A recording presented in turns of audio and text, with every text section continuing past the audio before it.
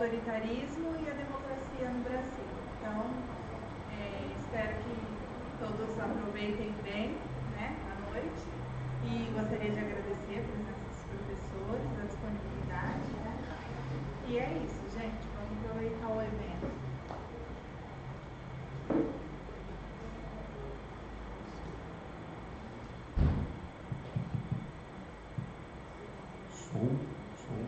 Funciona. Bom, gente, boa noite. Antes da gente começar a falar um pouquinho, na verdade, da minha parte, tentar fazer uma reflexão rápida sobre alguns aspectos.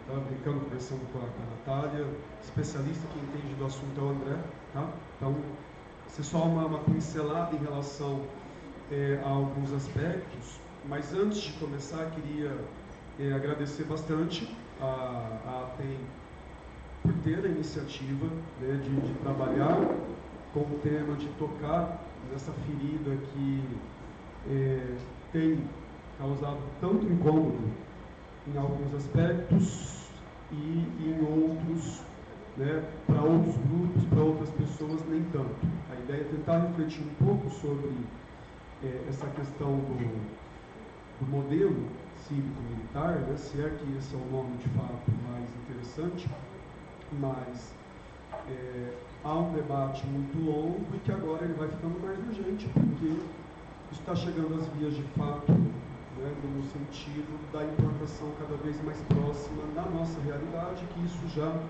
aparece em outros lugares. Tá? Agradecer a Natália, principalmente pelo convite, né, uma amiga já de décadas e décadas. Tá? Não precisa falar de quanto tempo, né? Não entrar nesses detalhes. Mas, também é um prazer muito grande poder ter esse espaço, poder fazer essas reflexões. Tá? Então, eu vou tentar me organizar para falar o menos possível. Só no sentido, eu queria chamar um pouquinho a atenção, como sou historiador, né, minha formação básica, e aí é uma mania nossa, tá? Não sei se tem alguém aqui com formação na área também, de sempre pensar a questão do contexto, né?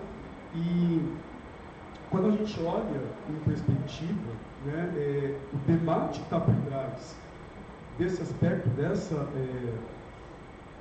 implantação desse sistema, ou pelo menos no debate em relação ao que poderia ser feito ou não em relação às escolas, isso vem, né, já de algum tempo, e aí pensando na política institucional brasileira, que é o que eu vou focar um pouquinho mais, né, a gente pode pensar nisso aí por volta do começo da década passada.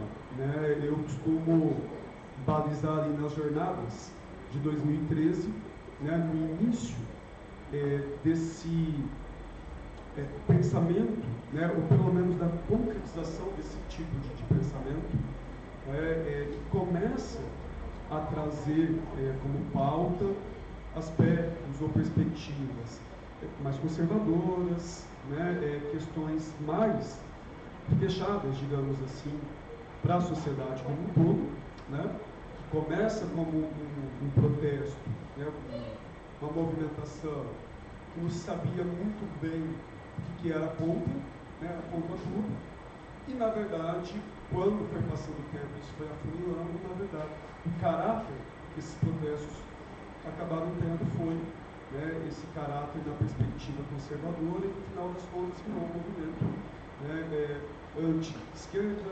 antipetista, e que, né, terminou da forma como a gente presenciou, né, chegando até as movimentações pelo impeachment da Dilma, e todo aquele movimento dentro ali da Câmara e de outros grupos para você, do ponto de vista institucional, porém, né, não tão moral assim, ou ético, tirar, né, o governo do poder e ter um espaço maior para implantar um projeto, né, pegado em vários aspectos, inclusive na educação.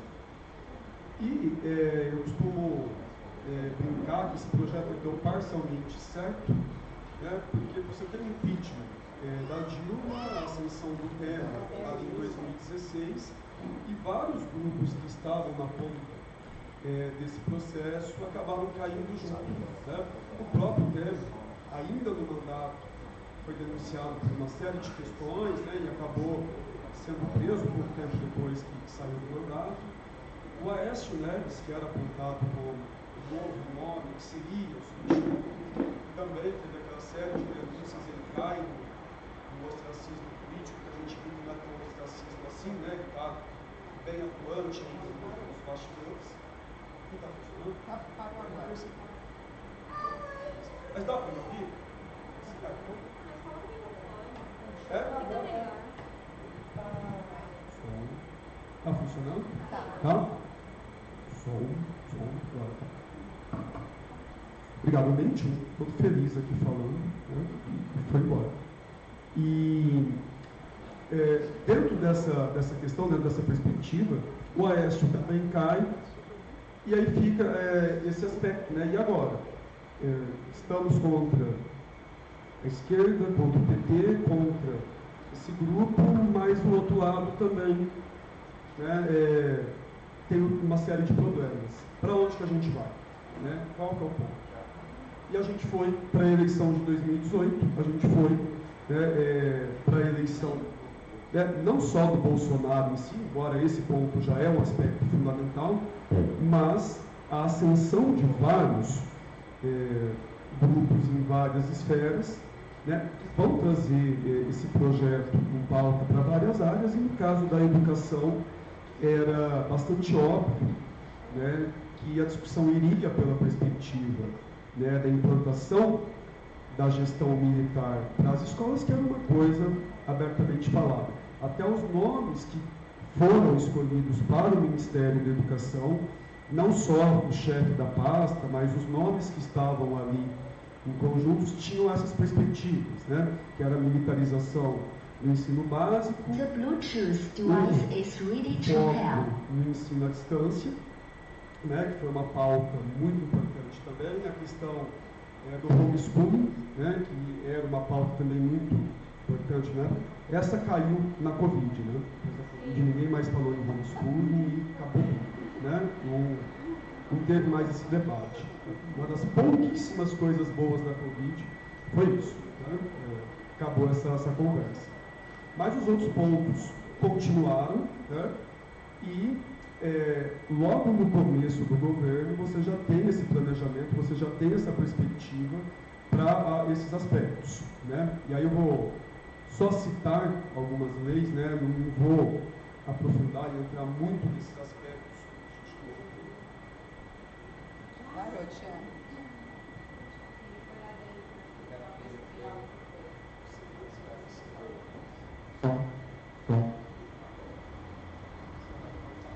Bom, e dentro dessa questão, então, eu vou pontuar alguns aspectos bem rapidinho, só para ajudar na reflexão mesmo, tá? Acho que passei. Não.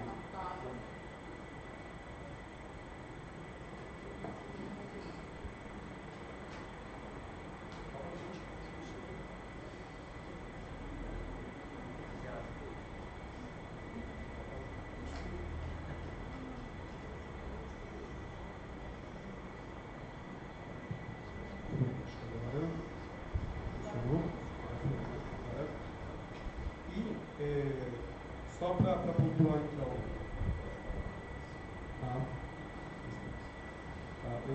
logo o Bolsonaro toma posse no dia 1º de janeiro, logo no dia 2, tá, vinculada ao MEC, é criada uma das subsecretarias que foram criadas, né, de fomento às escolas cívico-militares, né, então logo no começo você já tem essa movimentação. Tá? No primeiro semestre houve um debate de vários subgrupos ligados a essa subsecretaria, né, ali em Brasília. Em julho de 2019 é lançado, né, uma espécie de parceria, né, o Compromisso Nacional pela Educação Básica, que é esse plano que seria uma parceria entre o Ministério da Educação e o Ministério da Defesa, tá? E poucos meses depois, grande parte da verba que foi destinada para essa subsecretaria das escolas cívico-militares, da Secretaria do Ministério da Educação, foi para o Ministério da Defesa, né? Então, era uma parceria que, no final das contas, visava uma ação em conjunto, mas percebeu-se que era um esvaziamento ali do Ministério da Educação, principalmente de questão de verba, né, que já tinha sido cortada de um monte de coisas, e esses recursos começam a ser passados ali para o Ministério da Defesa. Tá? Em setembro, ainda de 2019, depois de um certo atraso, com alguns problemas, foi publicado o Programa Nacional das Escolas Cívico-Militares, né, o PSIM, que foi tão discutido, tão debatido, né, com um planejamento inicial de 54 escolas no Brasil. Tá? E esse programa teve uma influência muito grande de um projeto que já vinha sendo implantado em Goiás, tá? Que foi o primeiro estado que teve esse movimento, que teve esse planejamento ainda na década de 90, no governo do Marconi Perillo, né? E os nomes são importantes para ter essa conexão. Tá? E, a partir, sobretudo, da experiência de Goiás, de outros modelos em outras partes do mundo, começa a ter esse movimento e alguns estados começam a aderir, porque você tem o projeto federal, né, o programa federal para trabalhar nessa questão, e alguns estados também começam na perspectiva própria, além do estado de Goiás. Tá? Isso é o que eu consegui levantar, pode ser que tenham mais estados, tá? Mas eu consegui ver movimentos no Amapá, na Bahia, no Piauí e, sobretudo, no Paraná, que foi o estado que mais se movimentou, além da questão do governo federal, para a implantação desse modelo. Eu estava até comentando com o André, com a Natália, que foi na gestão do Feder, que é o atual secretário daqui de São Paulo. Né? Então, não sei se há coincidências nesse caso. Essas conexões, elas são muito fortes. E, trazendo esses dados, a minha ideia de expor isso é só para refletir um pouco como que esse projeto, essa perspectiva vai tendo aceitação dentro de alguns pontos ou de alguns modelos na sociedade. Né? E tem algumas respostas que não sei se estão prontas, mas que a gente pode pensar um pouquinho em relação a isso. Né? Eu, particularmente, separei duas para discutir um pouco essa questão do porquê dessa aceitação de um modelo que, do ponto de vista de qualquer documento, de qualquer legislação educacional, ela é bastante problemática. Né? E talvez os dois pontos, que aí eu acho que o André vai aprofundar bem mais isso, eu pensaria primeiro essa questão do protagonismo feminino, né? A questão de cada vez mais você ter mulheres em postos de comando e mulheres sendo, né, os chamados arrimos de casa, tá? Cuidando também da parte econômica, não só da parte familiar. Isso é uma coisa que incomoda muito, né? Essa questão da mulher estar à frente. E no modelo cívico-militar há espaço para a mulher, mas não é um espaço de protagonismo, né? Não é um espaço em que ela vai tomar a frente. Então, esse é um dos aspectos, talvez, que sejam mais presentes dentro desse tipo de abordagem, mas que não são ditos, né, diretamente. São coisas que a gente percebe nas entrelinhas. Né? Eu acho que, principalmente para as mulheres que estão aqui, se alguém ocupa cargo de gestão, cargo de chefia, a escola deve entender bem o que é isso. Né? Homem levar ordem de mulher é complicado. Né? Tem essa questão do... esqueci o termo, não é um termo específico, mas é essa ideia, né? Do tipo, nossa, mas você me dando ordem, né? Está invertendo o sentido, não é você que tem que me dar ordem. Isso não é direto, isso não é falado, mas fica ali nas relações, né? E o outro aspecto, que eu acho que esse é o mais óbvio, que isso é muito falado, é a ideia da escola ser um espaço de reformatório, né? Quando abriu o Colégio Cívico-Militar aqui em Rio Preto, tive vários colegas que foram dar aula lá, e tem colegas que trabalham lá ainda, e o discurso, né, conversando com os pais, eram esses, do tipo, olha, meu filho já foi expulso em várias escolas, né, tem lugar que não aceita a matrícula deles, tanto na rede pública quanto na rede privada, e aqui é o último caminho, digamos assim. Eu espero que aqui ele entre na linha agora, tá? E me parece que a coisa melhorou um pouquinho, mas eu me lembro que no primeiro ano do Colégio Cívico-Militar, se alguém trabalhou lá me ajuda, mas eu lembro dos professores relatando praticamente toda semana problemas assim, de disciplinas gravíssimos, brigas, né, o pessoal quebrando coisas da escola. Então era esse caráter, né, de colocar o pessoal na ordem, tanto em relação ao comportamento quanto em relação a estudo. E obviamente que não deu certo, né? Obviamente que isso não aconteceu. E né, quando a gente vê alguns relatos também de outros locais que houve, né, a implantação, a conversa é muito parecida, né? Ou pais também, eu atuo na rede privada, quando a gente faz relatos em relação a problemas de comportamento, a gente ouve muito isso. Tipo, estou pensando em levar para escola militar, ou ainda bem que vai ter militar, porque eu acho que lá eles vão conseguir colocar o pessoal na linha, porque aqui vocês não fazem isso, né? É bem esse o discurso, né? Que a gente brinca que é a terceirização da responsabilidade, né? Quer dizer, a família não faz, fica para a escola. Trabalhar nessa perspectiva de dizer, né? Trabalhar com o comportamento em si, tanto de crianças quanto de adolescentes. E daí a gente entra, né, numa questão também que é bastante complicada, que é a terceirização não só dessa questão da ordem, como também da questão dos afetos mesmo, né? É uma realidade diferente da escola pública, mas, por exemplo, na escola privada, o grande problema que a gente tem hoje comportamental é em relação à carência, né? Tem crianças e adolescentes que têm, né, acho que o iPhone mais atual é o 15, né? Eu acho que é o 15. Eu acho que é o 15. Né? E tem criança que tem, tipo, né, eu tive um aluno que trocou já o iPhone. Sendo que o iPhone saiu no começo do ano, né? Já trocou, porque era um modelo, sei lá, tinha alguma coisa a mais.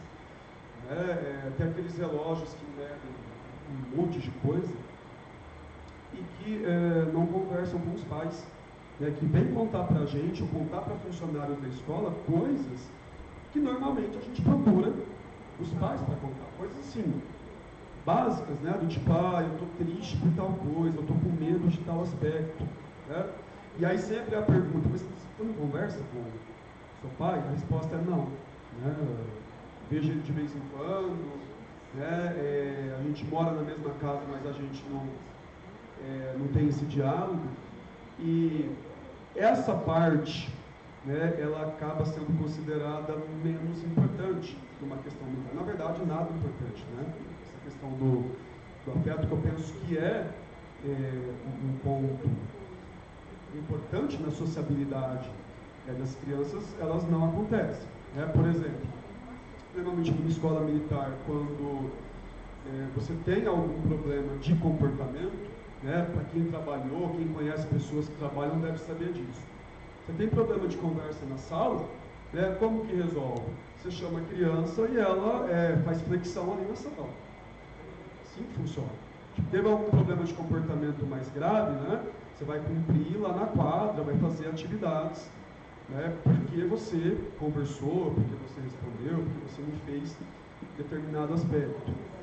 Então, percebe que essa preocupação em relação à esculturação militar, ela não passa pela perspectiva pedagógica, necessariamente. Não é, esse ponto de não, eu quero que o meu filho tenha uma formação acadêmica, uma formação consolidada. Eu quero que ele pare de dar trabalho, eu quero que ele passe a me respeitar, que ele passe a seguir aqui a ordem estruturada, né, a ordem determinada. Né? E aí eu comento isso porque tem muita gente comentando, mas tem as escolas militares que têm a formação, né, dos oficiais, dos suboficiais que vão para a marinha, que vão para a aeronáutica, para o exército. E tem, mas o colégio militar não tem nada a ver com esse modelo que está sendo implantado. É uma outra coisa. E normalmente nesses colégios militares tem a questão da ordem, mas o aspecto central é a parte técnica. Né? Então, assim, a gente vê muito isso. Nos colégios militares o pessoal sai tirando nota 10 em matemática, sai com medalha de ouro nas Olimpíadas, né? Como se esse modelo cívico-militar tivesse essa perspectiva. Ele não tem. Né? Você lê de maneira bem rápida ali os documentos o que está se prestando aquilo, não é esse o enfoque, não é essa a perspectiva. Então, esse é mais um ponto para questionar realmente qual é o principal objetivo, ou quais são os objetivos centrais da implantação desse modelo, que, ao que tudo indica, né, ele chegou. Não é uma questão se ele vai vir, se ele vai acontecer ou não. Ele está acontecendo. Ele está presente, ainda a nível estadual, né, que está sendo estruturado aqui, mas há um diálogo muito intenso para que isso comece a nível municipal também. Né? Então, assim, não demora muito para chegar do ponto de vista institucional aqui, né, no sentido de ser no ensino municipal. Né? E embora, com a eleição do Lula em 2022, né, o PSI foi extinto em 2023, mas alguns estados, e São Paulo está à frente disso, né, tem liderado esse processo de fazer o seu próprio projeto. Isso até foi para o STF, houve um questionamento, mas ao que tudo indica, né, não terá nenhuma barreira judicial, isso deve ser implantado realmente. Né? Você entra, por exemplo, no site da Secretaria de Educação aqui de São Paulo, tem um destaque enorme para isso. É a grande vitrine ali né, das notícias e com enfoque de que isso vai aumentar. Tem esse projeto piloto, a ideia é implantar em 100 escolas agora no meio do ano, né, em julho. A ideia é dobrar para o ano que vem e provavelmente isso vai aumentando. Né? E a lista de adesão de escolas é enorme para entrar nesse modelo. Né? Como isso vai acontecer, eu já não me atrevo tanto porque né, eu trabalho com o passado. Né? Mas o futuro, nesse caso, ele me parece meio óbvio. Assim, né? Eu espero que o óbvio não seja óbvio nessa perspectiva, mas me parece que a coisa vai caminhando para uma questão que eu acho que não é necessariamente né, no sentido do porquê que a gente entrou para a área da educação, né, do porquê que a gente trabalha nisso. Né, e particularmente me amedronta um pouco essa perspectiva. Tá? Então, assim, encerrando por aqui, a minha ideia não é, como vocês viram, passar nenhum conhecimento, né? Isso não faz sentido, mas é trazer as angústias mesmo, né? Trazer essas provocações, trazer essas reflexões, para a gente realmente pensar juntos e juntas, porque é uma questão, né? Ou são questões que não vão sair da pauta. Pode ser que, aí é mais uma esperança minha, que isso perca força mais para frente, mas vai fazer parte, né? E já está instituído cada vez mais da nossa ação, né? Seja na escola, seja mesmo no campo social. Tá? Então, a minha ideia é trazer essas provocações para a gente refletir um pouco, tá? E depois, aí nas perguntas do debate, a gente ou conversa um pouco ou faz um pouco mais essa terapia em grupo, né? Para ver para onde que a coisa caminha. Tá? Mas é isso, gente. Muito obrigado.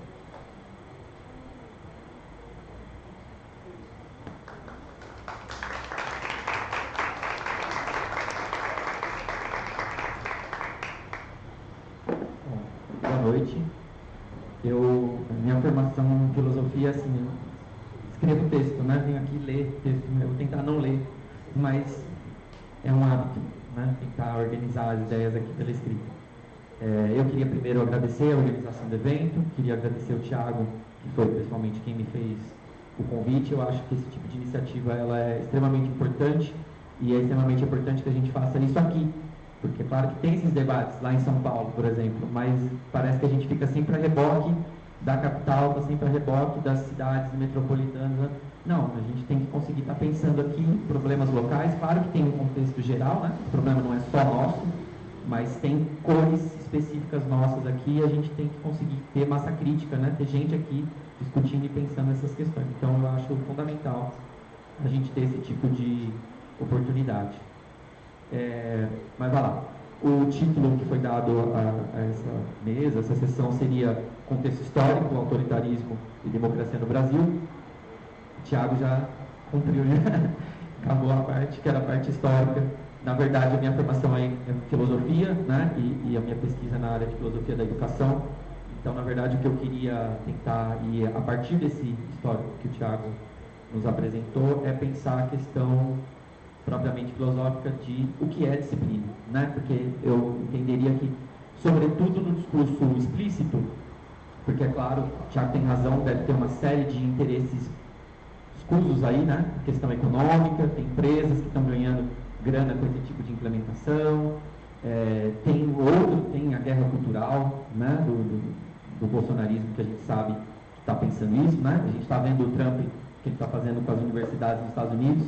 Então, a gente sabe que a escola é um local prioritário de ataque desse tipo de pensamento, exatamente pela potência que ela tem, né, de contra a tendência deles. Mas no discurso explícito, a grande questão que parece justificar a implantação desse tipo de modelo é a questão da indisciplina ou da disciplina, né? Então, toda a justificativa é dizer, olha, nós temos problemas disciplinares, as crianças, em tese, não aprendem, a sala... E veja, eu sou professor da rede pública há 15 anos, dou aula no Estado. Claro que tem disciplina na sala de aula, nenhum professor negaria essa realidade.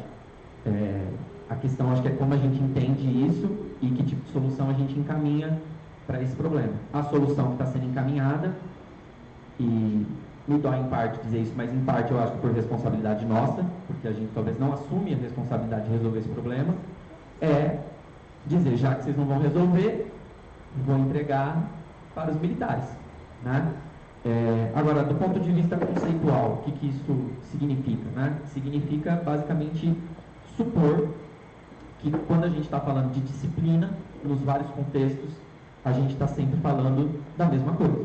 Como se disciplina, quando eu estou falando de um atleta que se prepara para a Olimpíada, e disciplina na escola, e disciplina de um militar, é a mesma palavra disciplina, quer dizer que significa a mesma coisa. E eu acho que esse é o grande ponto, né? O pressuposto de achar que a gente vai resolver o problema disciplinar na escola entregando a escola para a instituição militar é supor que a escola não dá conta de realizar nenhum tipo de disciplina, enquanto que os militares, esse sim, e é um pouco imaginário também, não é isso? A gente sabe que há indicações de que também não é tão disciplinado, né? No Brasil, sobretudo, não é isso? A gente poderia brincar aqui, se a Bolívia resolver invadir, é capaz da gente perder, não é isso? Mas, vai lá, a questão é que supõe-se que não. Os militares, eles sim são disciplinados e, portanto, eles vão saber disciplinar os nossos alunos. Então, a gente está supondo que é a mesma coisa, né?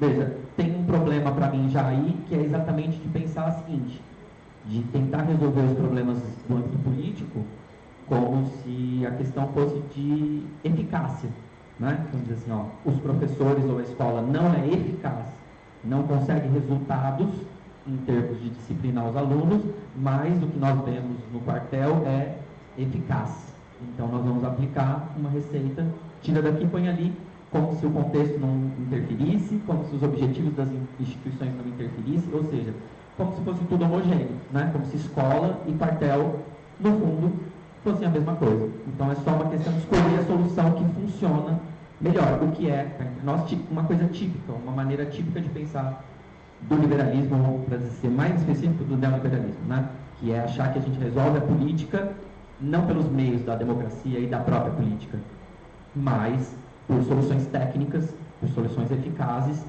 que a gente implanta universalmente, inclusive, né? Essa ideia assim, funciona aqui, funciona em Bora Bora, funciona em Djibouti, funciona no Paquistão, é como se fosse tudo igual. E aí, exatamente o que você está desconsiderando é a história, a cultura, né? Os contextos específicos de cada uma dessas situações. Vai lá. Bom, então a minha questão, como eu tinha dito, é a gente perguntar se existe só uma forma de disciplina, ou, dizendo de outra maneira, se todas as manifestações de disciplina são equivalentes. Se a gente pode fazer essa troca, esse intercâmbio entre essas várias situações. Para a gente tentar responder isso, primeiro eu queria perguntar o que é disciplina. Então, né? Se a gente vai no dicionário, todos eles que eu consultei, a primeira resposta é: disciplina é obediência a regras. E funciona, né? Beleza, essa definição. É claro que no quartel tem obediência a regras, e é claro que a gente espera algum tipo de obediência a regras na escola, né? Então, funciona. Mas, vai lá, isso significa que é a mesma disciplina? Quando a gente está pensando, no caso do quartel, a gente está pensando numa instituição que tem um objetivo muito específico, né? Quando a gente está falando do contexto militar, e é claro que no Brasil a gente tem uma outra confusão que o Thiago certamente sabe explicar melhor para a gente, mas é que a gente tem uma polícia militar, que já é uma outra doideira, né? Uma outra herança da ditadura também, porque não faz sentido que a polícia seja militarizada, mas quando a gente pensa nos militares, a gente está pensando no exército, a gente está pensando na Força Armada, na Aeronáutica, né? Na Marinha. Qual é o objetivo dos militares? A defesa da nação, né? A defesa externa, inclusive. E essa é a diferença em relação à polícia, porque a polícia tem uma defesa interna, né? Fazer a lei funcionar dentro do território, enquanto que o militar está querendo fazer a proteção da instituição nacional contra a ameaça externa, né? Isso que distinguiria, grosso modo, as duas instituições. Mas, então eu tenho que proteger. Estou pensando em contexto de conflito armado. É isso, né, que define. E é claro que nesse contexto o que se espera é obediência à regra. De onde vem a regra? Do meu superior. A regra que eu tenho que seguir é, se eu sou soldado, do cabo, né? Do cabo, do capitão, e assim sucessivamente. Então, é uma ordem hierarquizada. Se estabelece graus distintos e a gente supõe que tem que ser obedecido, e essa obediência ela tem que ser sem questionar. Isso, não estou nem aqui questionando que isso tenha que funcionar dentro do contexto militar, porque eu imagino que numa guerra, se o capitão diz avança, se o soldado falar, não, pera lá, vamos discutir, morre todo mundo, né? Perde o país, não é isso? Somos derrotados. Então o capitão diz avança, você tem que estar treinado para avançar, obedecer cegamente em interesse nacional, né? Você não tem o que questionar. E isso se justifica, em certa medida, eu não vou fazer aqui o exame disso, mas se justifica em certa medida pela particularidade dessa instituição, dos objetivos que ela tem e do seu funcionamento. Então a gente está falando de uma disciplina, que é a obediência à regra, mas tem particularidades, que é uma regra que vem de fora, que não é uma regra que eu mesmo dou para mim, e o nome de uma regra que eu dou para mim na educação é uma palavra muito importante, que é autonomia, né? É a regra que eu mesmo me dou. Então, estou dizendo, a regra militar, a disciplina militar, ela não é autônoma, né? Ela é heterônoma, para usar os termos bonitos, vamos dizer assim, né? Então, ela é uma regra externa e ela é uma regra que pede uma obediência sem questionamento.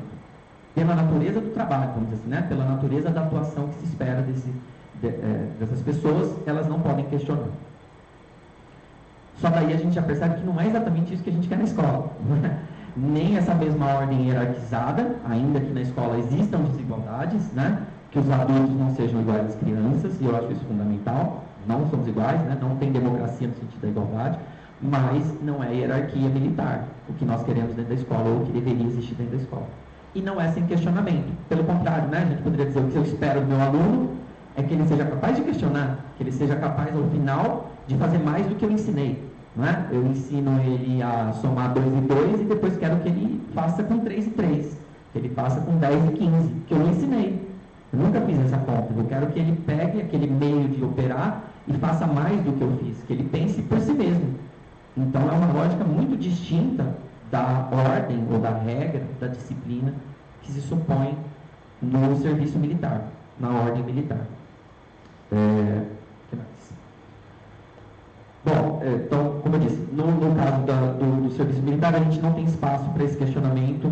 Idealmente, a gente tem um objetivo, volta aqui uma certa ordem pragmática, né, da eficácia.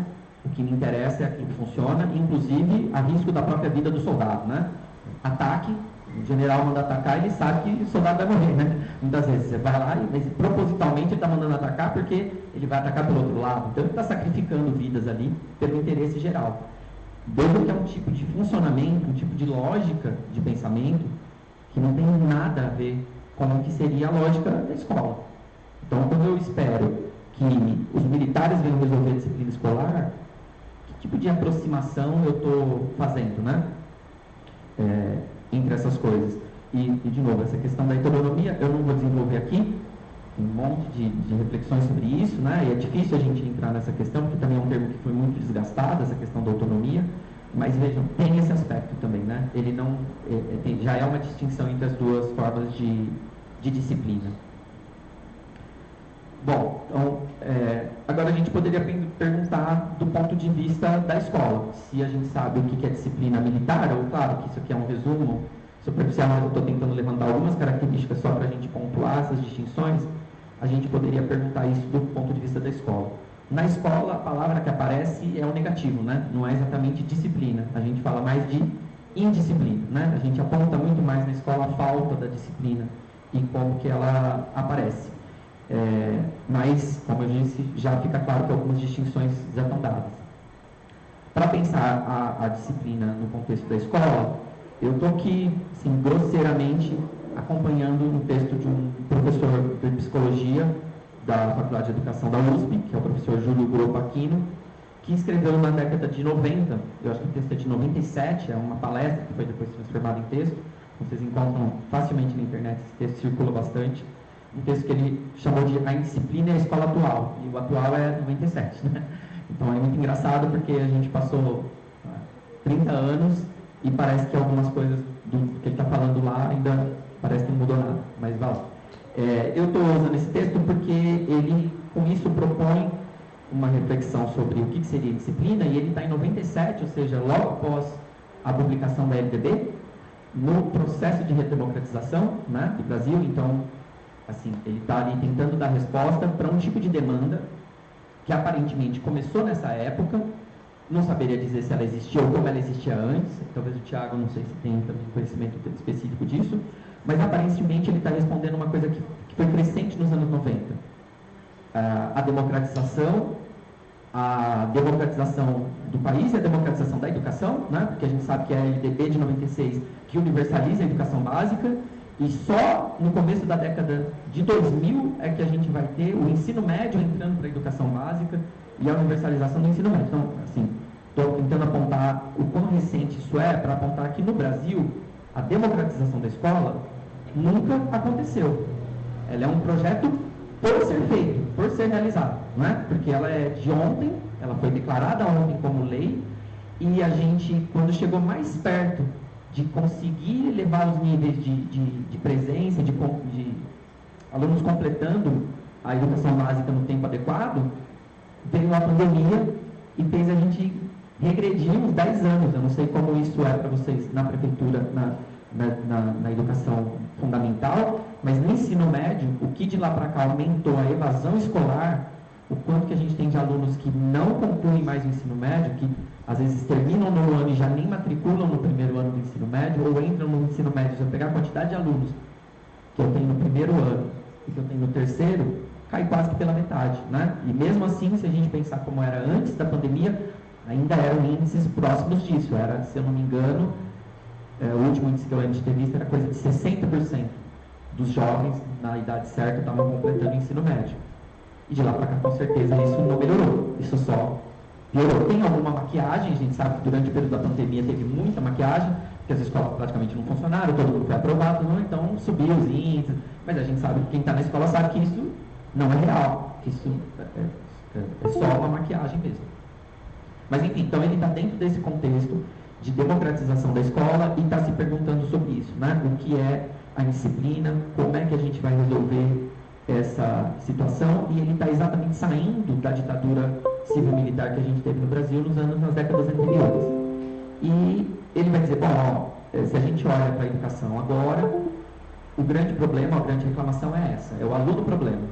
É o que a gente faz com o aluno problema, o que a gente faz com o aluno indisciplinado, como é que a gente vai resolver isso. Mas o texto que eu convido vocês todos a lerem depois que puderem, é muito sagaz porque ele conecta isso com a situação, e é claro, eu estou aqui fazendo uma provocação a vocês, mas eu também sou professor, então é para mim também, mas é dizer assim, isso está conectado com uma reclamação que é o fato de que a profissão de professor não é valorizada, de que a gente acha que a gente não tem nossa dignidade reconhecida, e ele diz, bom, então como é que a gente ajuda esses professores nesse contexto? E ele passa então a investigar o que seria esse aluno indisciplinado, como é que a gente compreende esse aluno problema.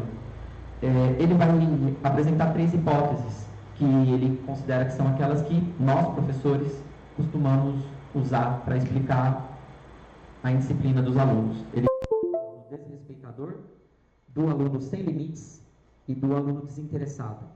E ele passa então a analisar cada uma delas, o que são essas construções. Porque veja, não sei o quanto é claro isso, mas a gente tem um problema e ele é real. A gente tem um aluno que não está fazendo a atividade que eu quero que ele faça. Agora, a maneira como eu penso sobre isso e a maneira como eu concebo essa situação altera a maneira como eu vou agir diante dela, né? Então, a maneira de compreender o que é esse fenômeno, a maneira como a gente compreende ele, determina a resposta que a gente vai dar. E é um pouco isso que ele está questionando, né? Então, ele fala, a primeira hipótese, do aluno desrespeitador, ela seria basicamente representada para ele pela ideia, e talvez vocês já ouviram, e eu atualmente sou coordenador da escola, eu ouço os professores dizerem isso frequentemente, é dizer assim, ó, não, mas na época que eu estudava, a escola era melhor.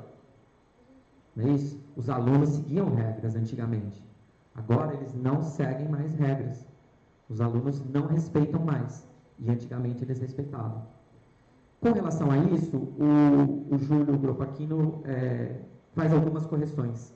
A primeira questão que ele levanta é o que é esse antigamente, não é? Porque normalmente esse antigamente é antes da LDB, é antes da democratização da escola. Então, normalmente, quando a gente imagina uma escola que funcionava, supondo que a de agora não funcione, né? É no período da ditadura, ou resquício da ditadura, e um período em que a educação não era inclusiva, não tinha todo mundo dentro da escola. Então, a escola era melhor quando só tinha 10, 20% das crianças dentro da escola, porque até para entrar no Fundamental 2 tinha vestibulinho, né? Tinha prova de acesso.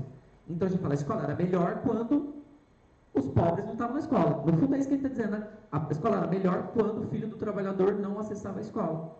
Quando quem tinha acesso à escola era só uma meia dúzia de selecionados.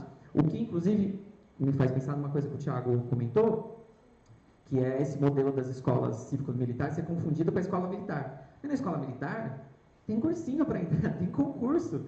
Então, quando você fala das escolas militares mesmo, essas que têm índices super altos, essas que eles ganham medalhas em competições e tudo mais, é a elite da elite da elite, porque você tem que passar em provas extremamente difíceis, é extremamente selecionado, não é isso? E, que eu saiba, eu não tenho dado exato, mas que eu saiba, elas gastam mais por aluno do que os institutos federais, que têm um resultado semelhante. Então, também, se fosse por isso, vamos fazer mais Instituto Federal, né? Não precisa fazer mais escola militar, porque o resultado não é, e gasta mais, na verdade, né? Mas, eu volto, a questão é, eu digo que a escola era boa numa época em que eu selecionava, então, veja, é uma falsificação da história, né? É dizer, eu querer comparar a escola democrática, a escola em que todos os alunos estão lá dentro, em que eu tenho que atender todos os alunos, com uma escola que era excludente, que deixava para fora a maior parte da população e que a gente poderia dizer que só recebe os adaptados, né? Vamos dizer assim, que só recebe quem já é adequado. É uma provocação que eu costumo fazer também, que é assim, a gente tem um consenso no Brasil, a gente fala isso frequentemente, que a escola particular é melhor que a escola pública. Não é isso? Frequentemente a gente ouve esse tipo de afirmação. Primeiro que escola pública não existe uma, existem trocentas, né? Existem várias. Essa homogeneização da escola pública, como se fosse uma coisa só, é um problema. Porque a ETEC é pública, não é isso? A escola estadual é pública, o município é pública, a escola militar é pública, e o Instituto Federal é público. E são modelos diferentes, que têm funcionamentos diferentes. Não tem uma escola pública, né? E quando a gente fala de escola particular, também é isso. É supor que todas as escolas particulares... Tem escola particular de bairro que é terrível. Tem escola de elite. E tem escola de elite de Rio Preto, que é, sei lá, Anglo, Intelecto, sei lá o que vocês consideram que seja, London, esse tipo de coisa. E tem escola de elite de São Paulo, que é Liceu Pasteur, escola internacional, que a galera fala francês, né?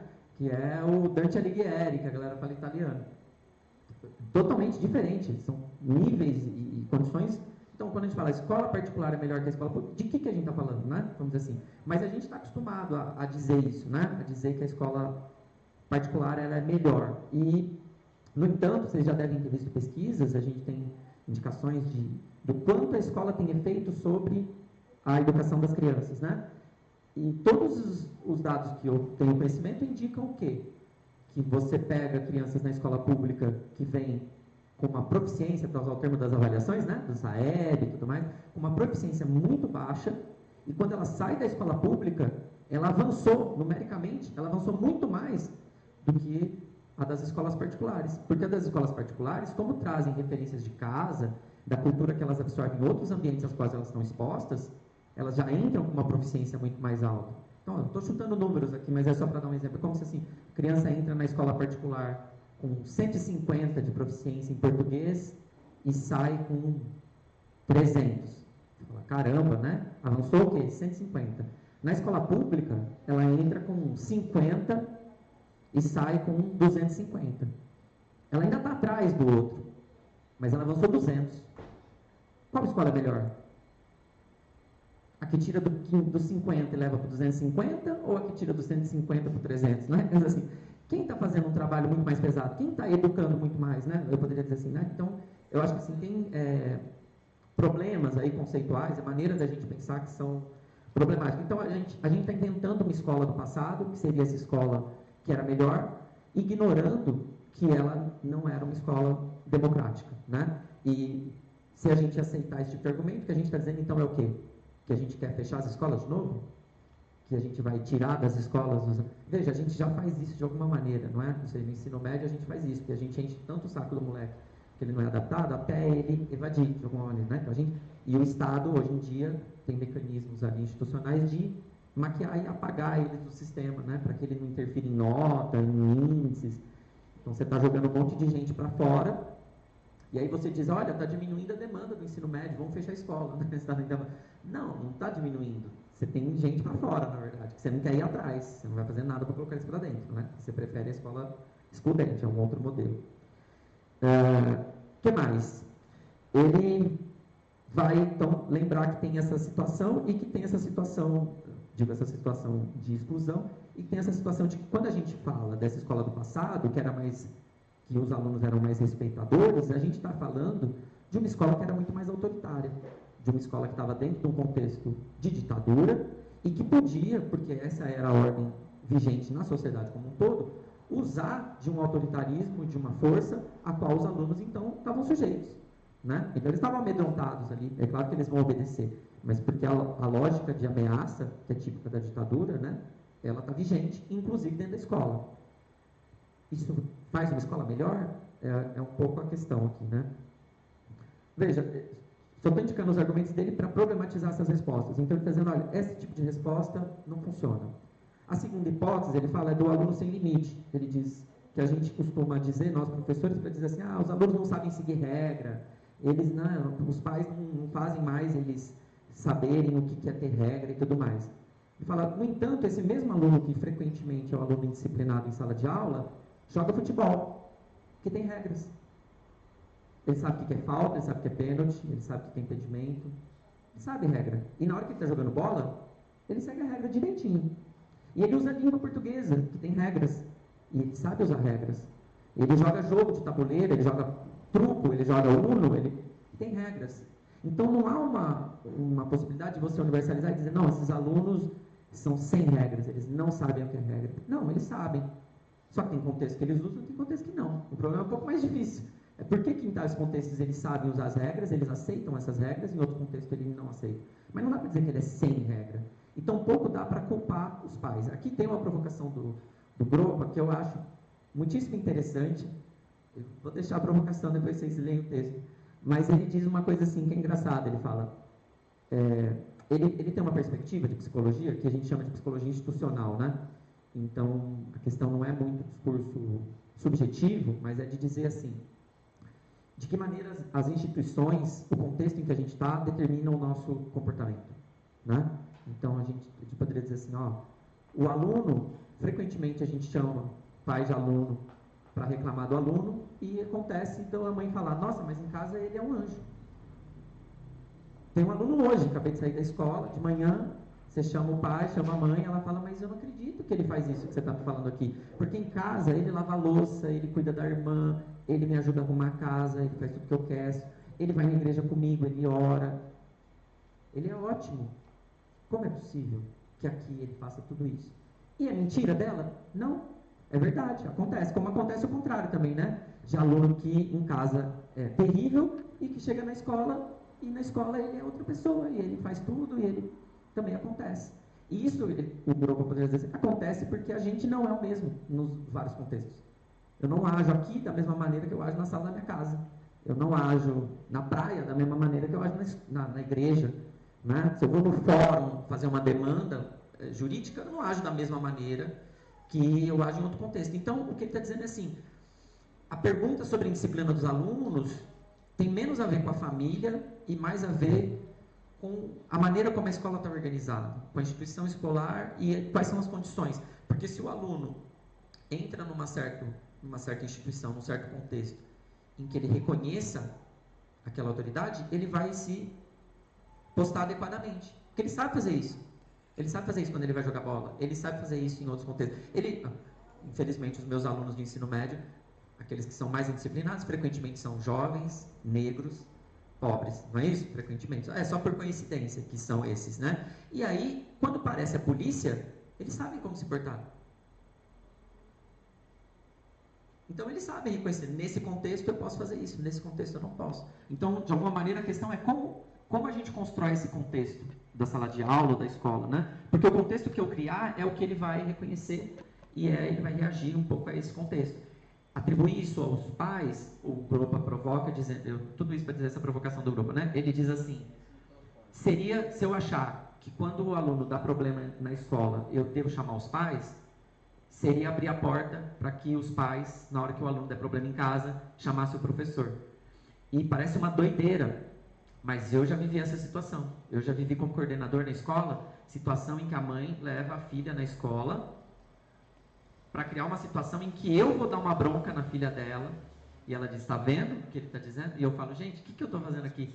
Porque eu estou dando a bronca que ela devia ter dado na casa dela. Mas pensando, bom, mas é a mesma coisa que o outro pai deveria pensar quando eu chamo ele para dar uma bronca no filho dele. Ele fala, por que você me chamou aqui?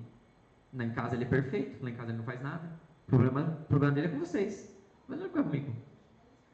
Né? Então, essa resposta de que teriam alunos totalmente sem limites, que não sabem respeitar limites nenhum, que não reconhecem limites, é um outro problema, está dizendo o Gropa. A última e terceira hipótese, ele fala do aluno desinteressado. Né? E, de novo, é meio premonitório aqui o texto do Gropa, porque, de novo, ele está falando em 97, que eu me lembro, em 97 não tinha internet no Brasil, não é isso? Tampouco existia smartphone, que só foi lançado mais de 10 anos depois, não é isso? E ele fala que a fala geral dos professores com relação a isso era dizer, olha, a escola não é mais atrativa, porque tem a TV, porque tem cinema, videocassete, as tecnologias da época, e elas são muito mais atrativas, e videogame já tinha, né? E agora a escola precisa se modernizar para competir com esses instrumentos. E ele fala, bom, aí a gente tem outro problema muito sério. Primeiro porque a escola não é um meio de comunicação. Diferente dessas coisas que podem ser atrativas, que são meios de comunicação, são mídias, a escola não é uma mídia, a escola é outra coisa. E a escola não tem o mesmo papel que essas mídias, porque as mídias estão ali basicamente para informar, né? Estão ali para transmitir um conjunto de informações, enquanto que a escola, a gente poderia dizer, e esse talvez seja o ponto mais importante aqui para a nossa discussão de disciplina, a escola está ali para formar, para dar uma forma, né, para a nossa mente, para a maneira de pensar. Então, frequentemente, a gente parece supor que a gente já nasce pensando da maneira que a gente pensa, que a gente já nasce com uma certa estrutura intelectual, cognitiva, que concebe o mundo da maneira que a gente pensa hoje. Mas é óbvio que não. Todo mundo aqui tem memória de que quando era criança não pensava da maneira que pensa hoje.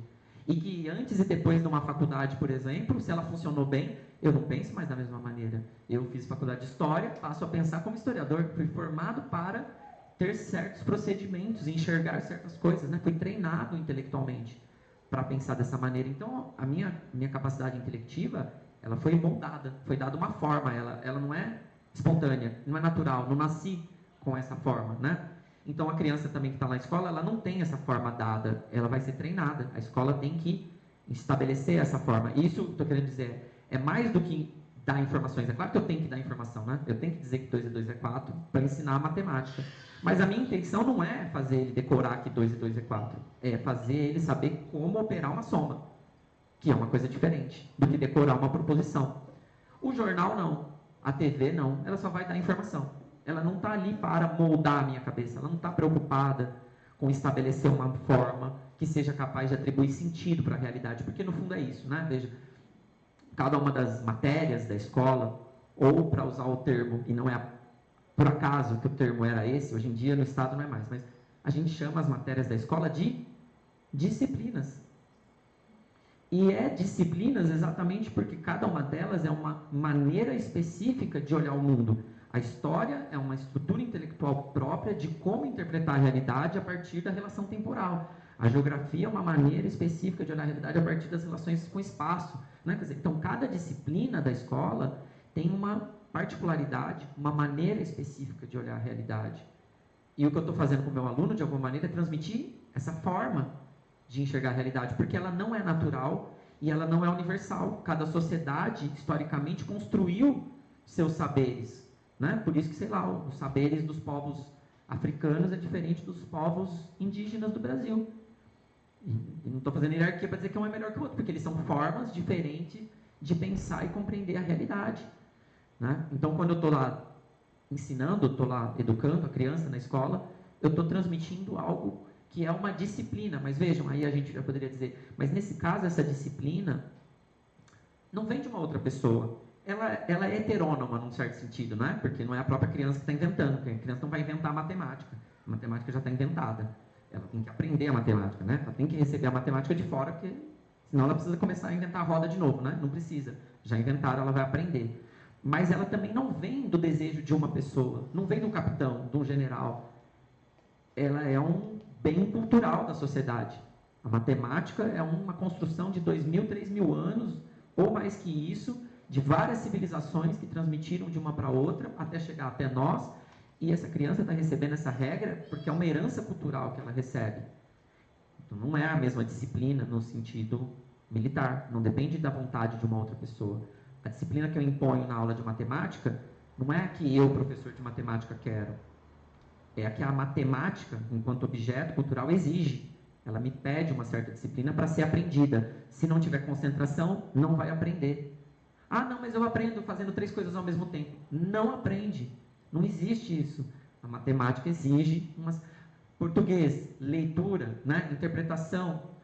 É uma coisa que exige um certo tipo de atenção, uma certa maneira de olhar para o texto. Isso não é natural, não está dado, né? É acúmulo cultural, histórico, para ser transmitido. Então, veja, ele está dizendo assim, a gente não tem que competir com as mídias, a gente não está aqui para modernizar a escola e fazer ela tentar ser o que ela não é. Porque se a gente conseguir, se a gente fazer a escola virar uma coisa tão atrativa quanto o jogo de videogame, quanto a televisão, quanto o TikTok, é porque ela já não está fazendo nada do que ela teria que fazer, que é formar. que é me expor a esses objetos culturais específicos. Mas, enfim, estou me alongando, vou tentar concluir. Meu ponto não é exatamente entrar nessa discussão, o Gropa vai propor uma solução, uma proposta dele. A proposta dele, como eu tentei indicar, tem a ver com essa instituição, como que a instituição está organizada, e ele vai dizer que isso tem a ver com uma questão ética, no sentido do ethos, né, que é a palavra grega para designar o comportamento, a maneira de agir. Então, tem uma postura, um modo de agir e certas premissas que ele propõe para tentar resolver esse problema. Se ficarem curiosos, procurem lá no texto. O que me interessa é a gente voltar aqui e mostrar o quê? Que a disciplina escolar não tem nada a ver com a disciplina militar. E que quando a gente supõe que a gente vai resolver os problemas da escola com essa disciplina militar, a gente, na verdade, está fazendo uma grande confusão conceitual. A gente está provando que a gente não entende nada do que é a educação, do que é o trabalho propriamente da escola, o que é um problemão. Mas, então a gente poderia dizer, mas então como é que esse discurso apareceu? Como é que ele viçou? Como é que ele teve força para se espalhar? E aí, a minha provocação para nós, professores, porque a gente aceita um pouco isso, não é? Porque diante da disciplina dos alunos, a gente diz que alguém, que não sou eu, professor, tem que vir resolver. Eu digo, mas manda para a psicóloga. Não é um militar, mas vocês percebem que é a mesma coisa? Então a pergunta mas então qual é a função própria do professor? O que é o meu trabalho? O Gropa faz essa provocação de dizer assim, olha, o aluno problema não é aquele que a gente deveria excluir. Em tese, ele é o caso mais especial para eu provar o meu trabalho. Em que eu poderia demonstrar que eu sou bom professor, né? Em que eu consigo fazer esse aluno ser convertido para uma disciplina que é a disciplina da cultura, a disciplina dos saberes que eu estou ensinando para ele. Então, é como se, e eu costumo usar essa comparação, mas eu sei que ela tem limites, mas assim, é como se o médico reclamasse quando ele recebe um paciente doente. Nossa, mas ele está doente, e agora? Não, peraí, é para isso que você é contratado, não é? Você não é contratado para resolver um paciente que está doente? A gente é contratado para ensinar o aluno que não sabe. O aluno que já sabe, não precisa da gente.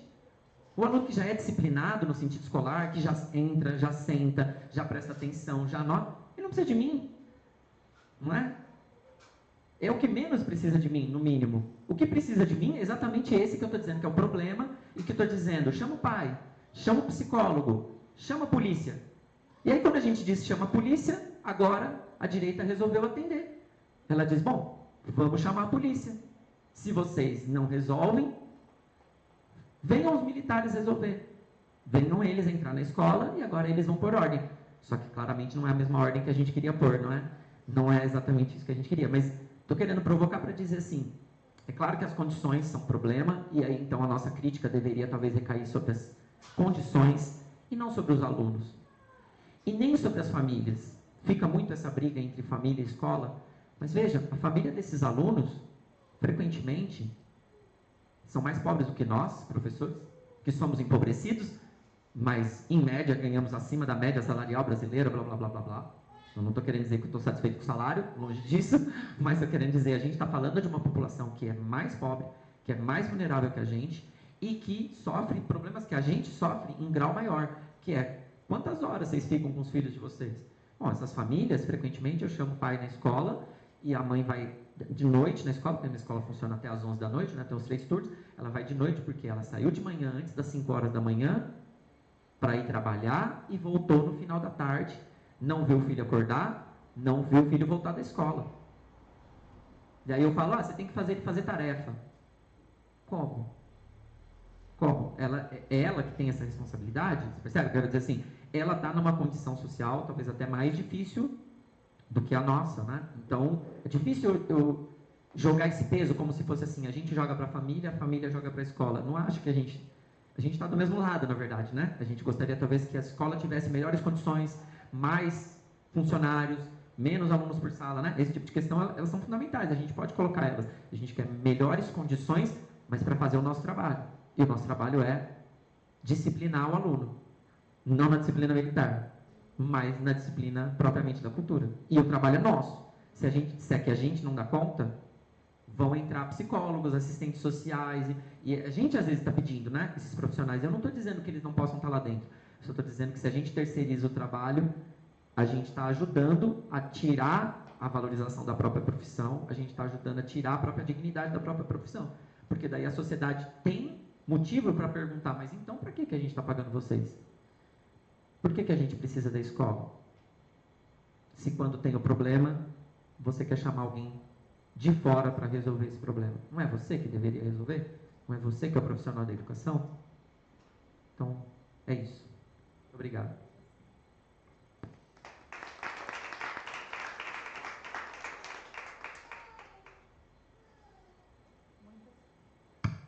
Muitas provocações, né? Eu acho que foram falas muito importantes. Deu para abrir um pouco a nossa mente. Esse final foi fantástico. Tem assuntos, inclusive, que nós viemos discutindo, né, nos últimos dias aí, porque realmente é uma situação que a gente vive dos conflitos, né, e que a gente acaba, por conta da forma como o sistema se coloca perante o nosso trabalho, na questão da falta de estrutura de condições mesmo, a gente acaba se perdendo em quem são os verdadeiros responsáveis pelo sucateamento, né? E aí, às vezes, a gente entra nesse senso comum de responsabilização das famílias e das crianças que são tão vítimas do sistema quanto nós, né? Porque a gente está num trabalho alienado, porque o sistema está contribuindo para que o trabalho do professor seja alienado. Eu acho que eu entendi um pouco dessa forma, né? E agora eu vou abrir para vocês. Quem tem alguma pergunta? Só para registro aí dos presentes, nessa semana nós entregamos convite tanto para o prefeito municipal, Fábio Cândido, como para todos os vereadores que foram convidados para estar aqui. Estou vendo ninguém deles aí, acho que não tem esse assunto aqui na rede municipal por lá. Quem quiser fazer pergunta, vem aqui, porque eu estou gravando, e aí eu vou ajustar a câmera, aí vocês, rapidinho, tá?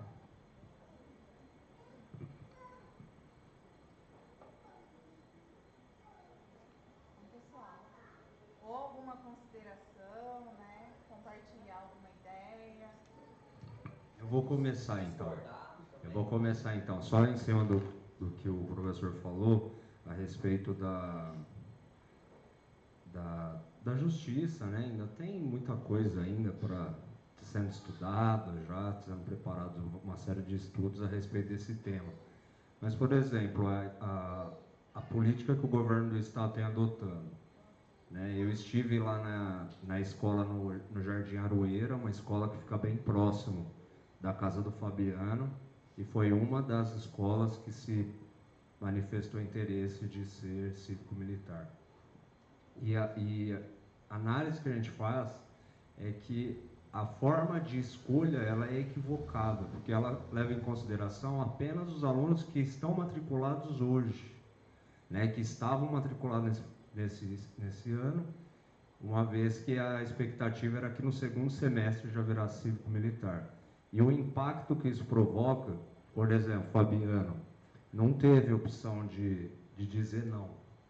E nos próximos anos, as duas filhas dele provavelmente vão estudar nessa escola. Então, só essa reflexão também a respeito da escolha, né, da forma que tem sido escolhido.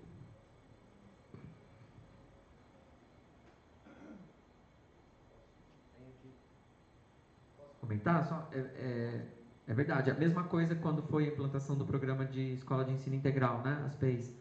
É uma tentativa de usar a instituição democrática do Conselho de Escola, que, de novo, também é uma coisa da Constituição de 88 da LDB, né, da tentativa de criar mecanismos de democratização da escola, para legitimar essas mudanças, porque daí, na verdade, é isso, você coloca o Conselho de Escola e a consulta à comunidade para assinar que você está fazendo essa mudança, mas você tem toda a razão que, no fim das contas, não é uma decisão daquela escola, e nem talvez daquele bairro, né? É uma decisão política da sociedade, é que tipo de escola a gente quer, tipo de educação, porque você está comprometendo não só quem está agora, mas toda uma geração, né? Assim, se ela virar escola cívico-militar, quanto tempo vai demorar se a gente quiser que ela deixe de ser?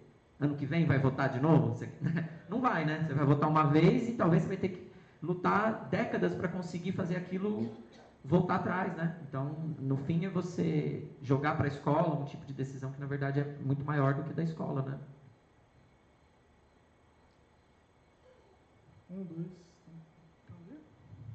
bom, eu acho que a primeira pergunta, na verdade, é até um apontamento. Eu até escrevi um texto sobre o item que o Té citou, e de fato, a escola militar, o Instituto Militar, ele é mais caro do que o que nós chamamos de Instituto Civil, né?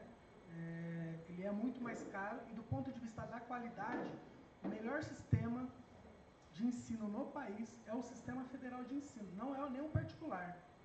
Então, isso, inclusive, do ponto de vista do custo aluno ano, do ponto de vista de custo e benefício, né, o Sistema Federal de Ensino, ele é considerado qualitativamente superior aos institutos federais. Repare, os institutos, não estou nem falando dessas escolas que nada tem a ver com educação de qualidade, que são as escolas cívico-militares, né? Esse é o primeiro ponto. Então, de fato, ela é muito mais cara e não tem o retorno do ponto de vista do investimento financeiro, né? Falo isso porque eu vou pegar, por exemplo, a escola do prefeito municipal de Rio Preto, né? Nós até fizemos um vídeo, depois, desde o vídeo, ele parou de falar da escola cívico-militar, porque ele ganha dinheiro com a implementação desse modelo de educação.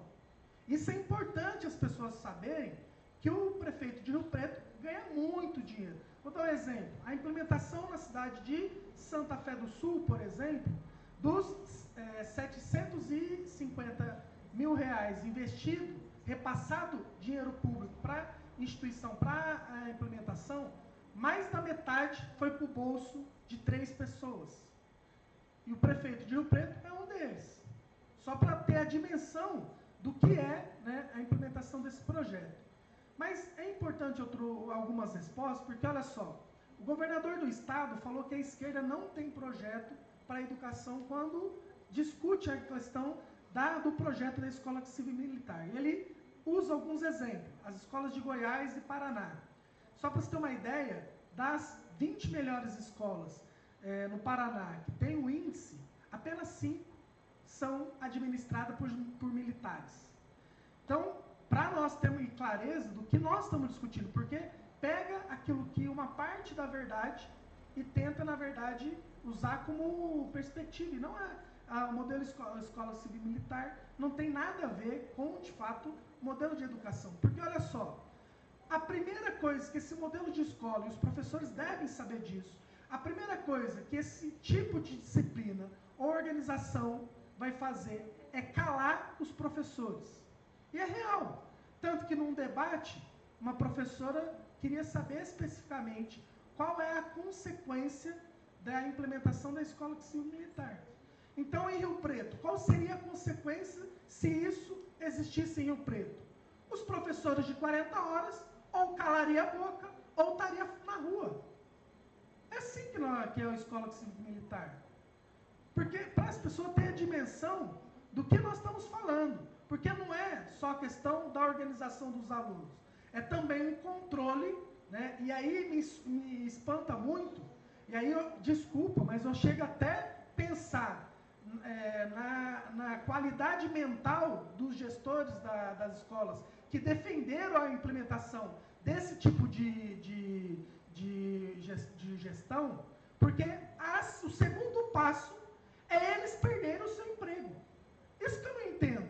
Diretor de escola estaduais defendendo a aplicação, que o segundo passo é eles perderem a função dele. Porque, na verdade, é para substituir a gestão do equipamento público.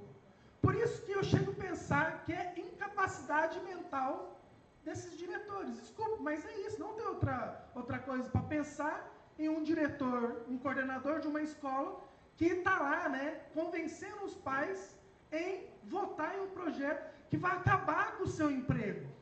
É isso, diretor, vai acabar com o emprego dele. Agora, olha só, nós temos que pensar, e aí, de fato, é culpa nossa, quando nós, né, e aí eu falo quem defende a educação pública. Porque, olha só, gente, se nós formos pegar a Constituição, está lá, a educação, né, artigo 205, a educação é um direito, um direito e um dever de todos, né, obrigação do Estado e da família, né, mais ou menos isso, família e do Estado. Quando nós vamos na LDB, artigo 2º, meio que reproduz, né, esse item. Nós vamos lá no LECA, no artigo 4º, reproduz esse item. Então, olha só, nós temos que chamar a família para dentro da escola. E, na verdade, discutir o modelo de educação, porque nós temos que falar para os pais, e ser bem claro, uma escola, uma sala de aula, que tem mais de 20 alunos em sala de aula, não há modelo de educação que salve o filho dele e garanta o direito do filho dele em aprender. Isso nós temos que explicar para os pais. E a luta por isso não está nos muros da escola. Isso nós também temos que explicar para os pais. Porque o professor, mais bom que ele seja, se ele não lutar para além dos muros da escola, ele está num beco sem saída e fracassa, e o único caminho dele é a derrota. É isso que a realidade está nos mostrando. Os bons professores estão ficando doentes, tentando se adaptar a uma realidade que não tem como se adaptar, e aí está ficando doente, porque não vê mais perspectiva, e o sistema está engolindo, ele fica no muro das escolas. Só que nós só vamos, de fato, resolver o problema da escola quando tiver estrutura, quando tiver menos aluno por sala de aula, quando tiver biblioteca na escola e funcionário suficiente para, de fato, garantir o atendimento, quando tiver equipamento suficiente, pedagógico e outros equipamentos que não sejam de utilização cotidiana. E é assim, é esse projeto de educação.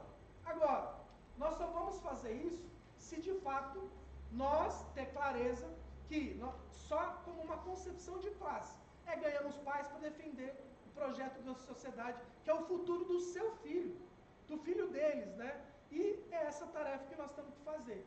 Então, discutir a escola cívico-militar é explicar para os professores que esse modelo de educação é para calar a boca dos professores, para não reivindicar absolutamente nada. É aguentar 35 alunos em sala de aula calado. E eles, por outro lado, vão tentar enquadrar os alunos a mesmo ficarem quietos. Porque, olha só, gente, a ONU está defendendo a desmilitarização da polícia. E nós estamos discutindo a militarização da escola. E essa é a realidade. Né? Há uma orientação para... E só existe a polícia militar nos países onde veio os golpes militares, o militarismo manteve, porque estrutura militar é para isso. É para defender as fronteiras nacionais e, de fato, garantir aquilo que eles chamam de nação, né? Não tem sentido de ter uma estrutura militar dentro das fronteiras nacionais. Isso não significa não ter polícia. A polícia vai existir. O problema é que a estrutura militar é para intervir com letalidade. Esse é o objetivo da estrutura militar. Agora, quem que nós queremos matar dentro da escola? Só se for o sonho e o futuro das crianças e dos professores. E é esse o problema. O problema é que nós não sabemos argumentar, porque eu fui numa escola e aí eu fiquei com medo. Mas medo porque as pessoas que estavam lá não sabiam argumentar o porquê a implementação do aparelho cívico-militar naquela escola seria a derrota do futuro e o sonho daquelas crianças. Porque é isso, né? Vai continuar salas de aulas lotadas, sem estruturas e ninguém reclamando, porque quem reclamar desse modelo, como foi a PEI, você está se convidado a estudar em outra escola. O problema é que não tem outra escola próxima. A PEI foi assim, a PEI onde é escola única, em cidades, é assim, e vai ser assim com a escola cívico-militar. E esse é o nosso problema. Por isso que nós temos o trabalho de explicar para os professores que eles serão os primeiros prejudicados, porque vai calar a boca deles, mas também explicar para os pais que a aplicação desse modelo é para manter a sala de aula lotada, é para fazer os alunos e os professores a aceitar essa realidade. O que nós temos que fazer é o contrário, é defender a redução de número de alunos por sala de aula, defender equipamentos pedagógicos, defender que tenha professor com formação adequada, defender que a estrutura da escola não é que seja atrativa, mas que de fato existe um problema na rede e que nós temos que ser o primeiro a criticar e também convidar os pais, né, e a sociedade a entrar dentro da escola e discutir esse modelo de educação. Gente, não é esse modelo de educação que nós temos, isso nós temos que saber. E aceitar quando os pais chegam na escola criticando, e nós temos que falar para os pais, é verdade, isso aí que nós temos hoje vai levar o seu filho ao fracasso. Não falar outra coisa para o pai, ele vai falar, não, então eu quero escola militar. E, só que nós temos que dar o passo seguinte, que nós não vamos resolver o problema se os pais não estiverem envolvidos. Por isso, o que a Vivian fez uma vez, o pai não tinha, não, deu o telefone, ó, você vai lá na Secretaria de Educação. É assim mesmo. Agora, não podemos ficar com medo disso. Então, temos que chamar a família para dentro da escola, né? E aí avançar nessa discussão, né? Porque eu acho que a intervenção foi excelente, no sentido de também entender, gente, os alunos, nós não vamos aceitar apanhar dentro da sala de aula, correto? Mas, gente, colocar a culpa no aluno por também ele expressar uma relação de agressividade também é equivocado. Porque, olha só, todo o conflito da sociedade, onde que ela vai parar? Dentro da escola, correto? Só que eu pego uma escola com 35 alunos, ou 40, né, no ensino médio, 35 adolescentes de 17 anos, 40. Né, você vai no Monsenhor, tem quase 40, não tem nem onde sentar. Então, 40 alunos de 17 anos dentro de uma sala de aula. Gente, alguém acha que vai dar certo um negócio desse? Não vai dar certo. Então, assim, só que isso nós temos que explicar para a sociedade, que esse modelo de educação não é o que nós queremos. Mas para avançar, não é o modelo escola civil-militar. É o filho dele ter direito a ir para a universidade pública, para entrar numa universidade tem que ter acesso ao conhecimento. E eu vou pegar uma fala que o Edmilson falou, para finalizar. Entramos no carro, indo para uma... Para onde nós estávamos aí? Nem sei mais onde nós estávamos aí. A Edmilson falou assim, nossa, vai, escola civil-militar, né? Mas a escola quer formar soldado ou quer formar... Eu acho que foi até foi uma brincadeira, que na verdade é real, gente. Os institutos militares, eles formam soldados, não tenha dúvida disso. As escolas cívico e militar, a escola, não tem o objetivo de formar soldado. Então, essa é a conclusão que nós temos que chegar. A escola pública não tem o objetivo de formar soldados, né? Igual o Instituto Militar tem. O ITA tem, a AMAN tem, né? É formar soldados. E é categórico, né? Agora, as escolas públicas não têm esse objetivo, né? Então, fica a reflexão e temos que avançar, porque infelizmente tem profissionais da educação achando que o aluno ficar sentado falando amém vai ser a salvação para os problemas dele. E pelo contrário, não vai ser. E vai calar a boca dele quando ele questionar a realidade que ele vive, né? Seja salarial, seja em condições de trabalho, né? E é esse o objetivo dos militares dentro da escola.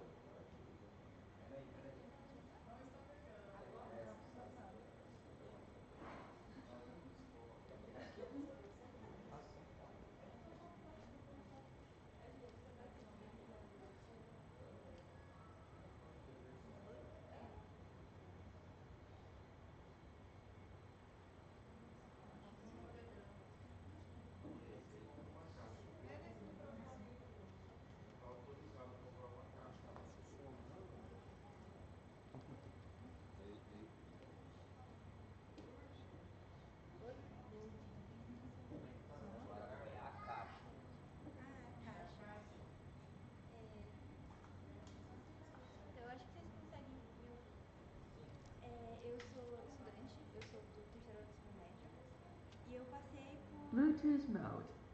The Bluetooth device is connected.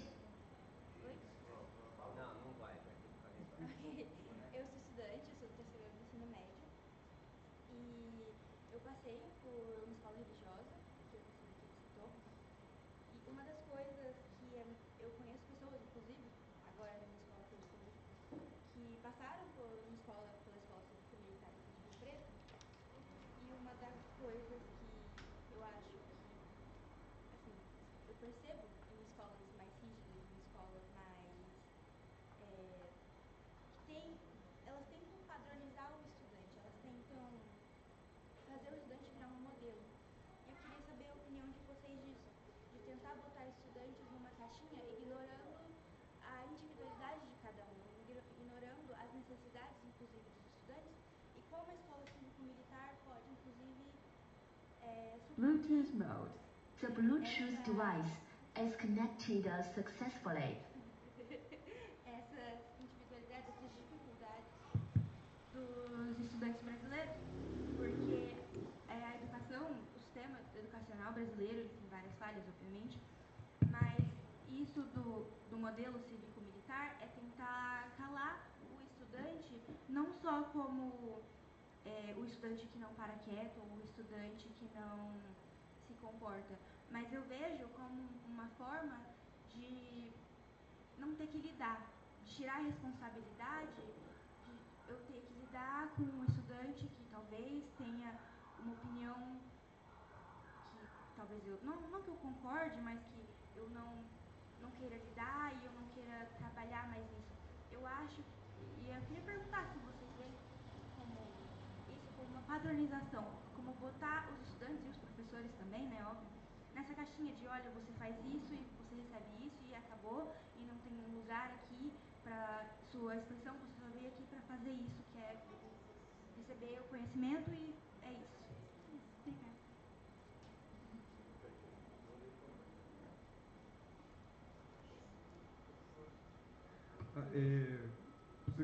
Comentários rápidos. Em relação à fala do Fabiano, eu acredito que a questão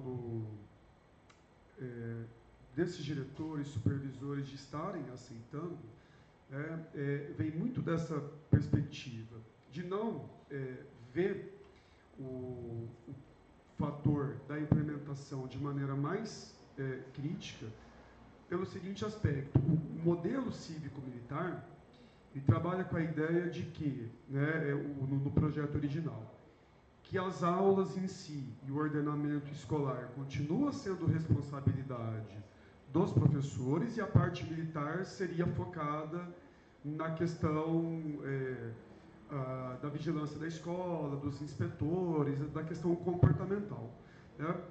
E para muitos diretores, supervisores, isso é meio que um sonho, né? Ou seja, a gente cuida da parte pedagógica, deu algum problema, você chama os militares, eles resolvem, né? O aluno começou a brigar, começou a dar problema, você joga lá para eles e está tudo certo, né?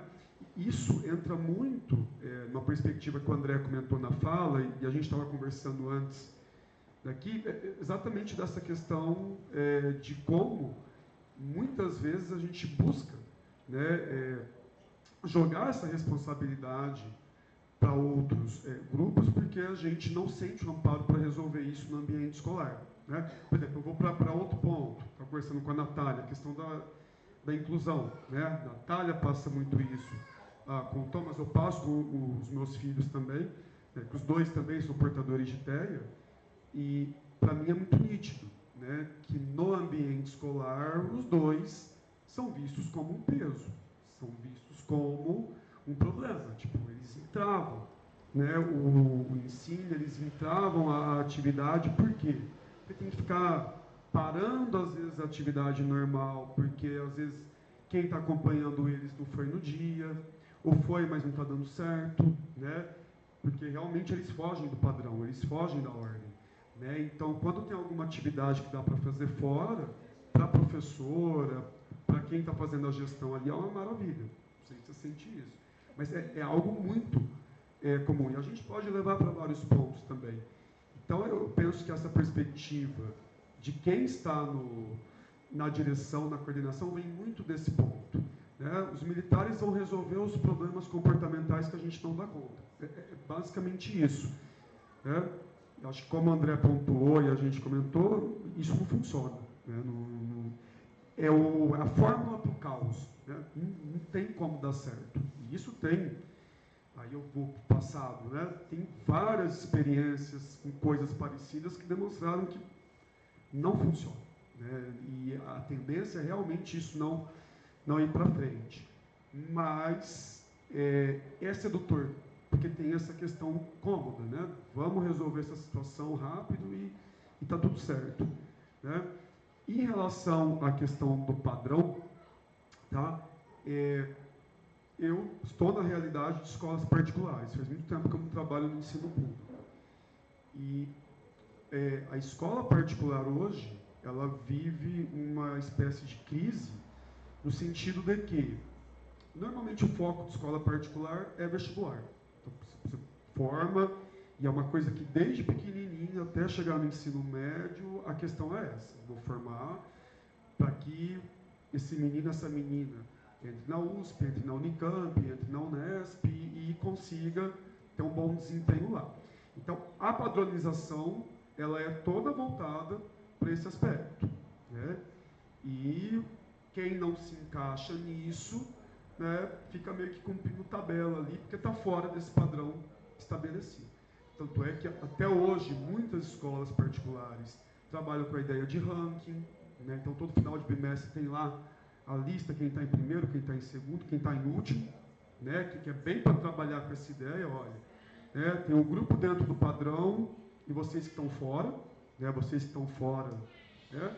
Fazer alguma coisa para entrar nisso. Só que, ao mesmo tempo, por uma série de questões sociais, a procura pelo vestibular e principalmente pela universidade pública, das pessoas que frequentam as escolas particulares, tem diminuído.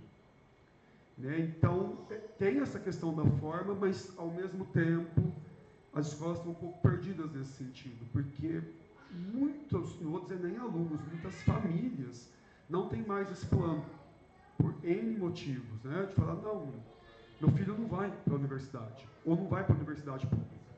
Né? Ele está estudando aqui, mas ele não vai para lá. E a escola um pouco patina nesse sentido. Assim. Então, eu posso te falar da realidade das escolas particulares, sobretudo em ensino médio, que é um pouco essa crise. E aí, qual que é a grande questão? Né? É o uso de tecnologia para tudo. Esse ponto é exatamente o que está aí no texto. Então, a gente gamifica tudo, que é um termo que eu peguei um certo ranço, não deveria, mas peguei por conta dessa questão. Então, tudo vai virar game, tudo é gamificado, porque é assim que o aluno vai se interessar, né? Porque é uma adaptação, a uma ver meio que desesperada, a tentar criar esse novo padrão. Né? Mas, no final das contas, a coisa não tem caminhado muito bem. Mas né, que toda escola tem a busca de um padrão, acho que isso o André comentou bem, isso é fato. Mas eu acho que tem padrões e padrões, né? E numa escola de questão cívico-militar, é muito óbvio qual o padrão que está seguindo ali, que é um padrão que, né, como eu comentei, o André comentou, a gente, ouvindo muito, vocês conversando, é um padrão que a gente não concorda, é um padrão que dá um pouco de medo do que está por vir. Tá? Obrigado. Para responder, como que é o seu nome? Desculpa. Isabela. Para responder a pergunta da Isabela, o comentário. Isabela, assim, eu acho que a questão para mim é o que é a escola, na verdade, primeiro. O filósofo é duro, né? Tudo começa o que é alguma coisa, né? Quer fazer uma pergunta, mas, assim, eu acho que a escola, e o Tiago, para mim, tem toda a razão de dizer que a escola particular tem uma dificuldade de fazer isso, porque ela é um serviço que está sendo contratado, então ela está fadada a nunca ser escola no melhor dos sentidos, porque ela está sempre tentando agradar o cliente, né? A escola pública é a única que pode ser escola, no sentido melhor possível. E a escola é um lugar, por exemplo, da liberdade, para mim. Não a liberdade, talvez, que a gente, quando é adolescente, às vezes quer, mas a liberdade em vários sentidos. Por exemplo, liberdade não é exatamente eu querer poder fazer tudo que eu quero, fazer qualquer coisa. Mas, por exemplo, a escola me dá liberdade quando ela me permite conhecer várias formas de saber distinto. Que eu posso não gostar, tudo bem? Eu ouço dos meus alunos assim, mas eu não gosto de química. Porque, meu bem, você só não gosta de química porque alguém te apresentou a química. Porque antes de conhecer, você não tinha como não gostar. E agora você pode não gostar da química. E você pode escolher fazer geografia. Mas você só pode porque você foi na escola e conheceu a química e a geografia. Então a escola está te dando liberdade no sentido que ela está te oferecendo uma amplitude de conhecimentos, de maneiras de pensar, de modos de vida, inclusive. Eu sei que isso é muito distinto em escolas distintas, na escola particular isso é mais padronizado, mas, por exemplo, no caso da escola pública, a gente sabe que a gente tem um monte de jovens e crianças que sofrem violência dentro de casa. Né? Os índices todos de violência, a maioria deles é dentro de casa. Violência contra a mulher, 70% são pais, tios, pessoas de dentro de casa, né? Violência dentro de casa. Aí a criança vai para a escola e conhece a professora, e conhece o inspetor, e conhece os funcionários da secretaria, que são adultos que têm um modo de vida diferente do pai e da mãe dele.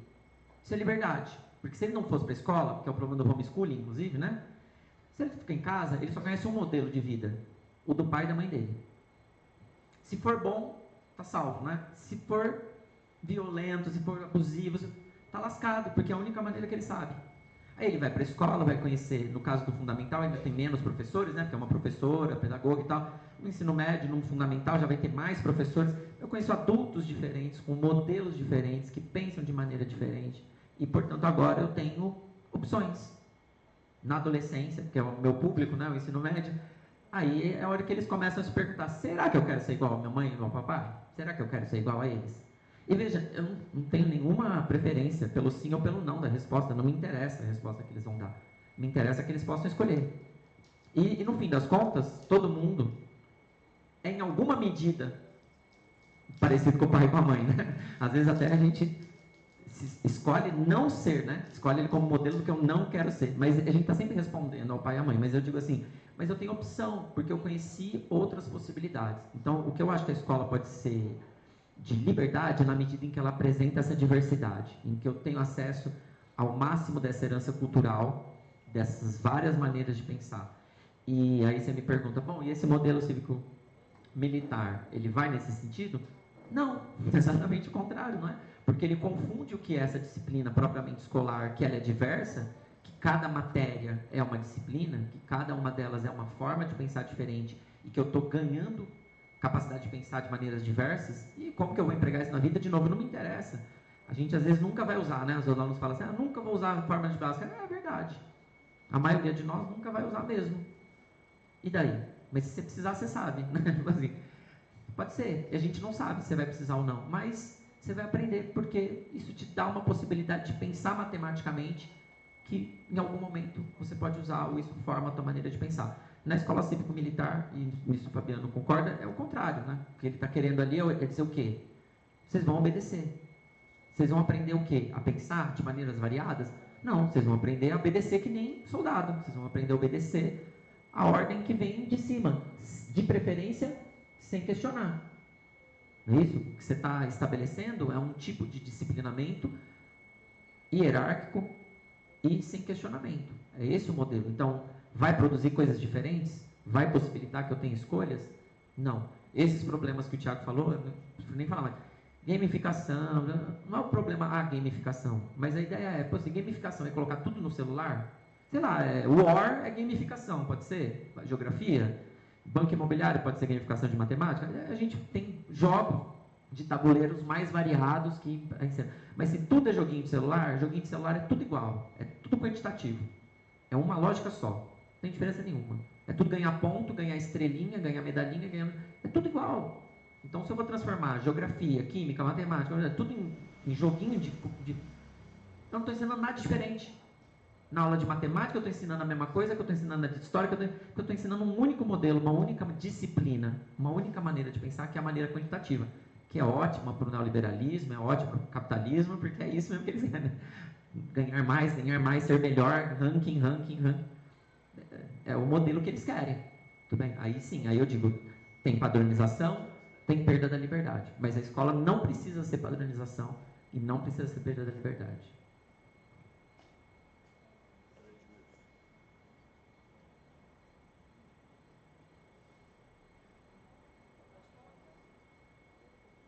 Boa noite.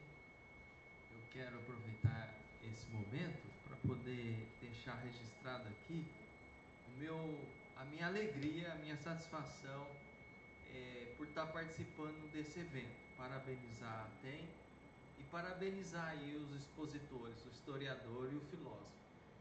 Eu vou voltar para casa, com certeza, com mais elementos para poder me posicionar diante desse debate que está sendo apresentado aí para a nossa sociedade. Então, a minha primeira intenção é expressar meu agradecimento. E vou aproveitar, eu gosto assim eu acho que uma maneira da gente transmitir ideias é contar história.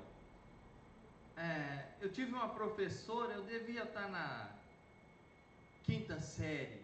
Ela deu uma atividade lá que você tinha que recortar jornais e construir uma frase. E a minha família não é de valorizar estudo. Meu pai é analfabeto, a minha mãe é analfabeta, meus irmãos não gostam muito de estudar. E eu consegui, por milagre, eu sei lá o que, vazar isso. Fiz uma faculdade, depois fiz mais uma outra coisa. Mas essa professora, ela me ajudou a montar uma frase que era assim, ó: ler à luz do saber. Aquela frase penetrou no mais profundo da minha alma, eu nunca mais esqueci aquilo. E aí eu descobri que através da leitura você tem condições de criar ilimitadas possibilidades, né? Então, eu gostei muito da fala de vocês, porque mostra a força que o professor tem. Se tem uma semente de esperança de construir uma sociedade justa, solidária, fraterna, é bons professores. Pessoas que acreditam no ser humano, ainda quando é semente, que quando está tudo dando certo, já está bem sucedido, aí você fala, mas enquanto semente. Então eu fico muito feliz de ter participando desse evento, porque isso aqui é para fortalecer os professores.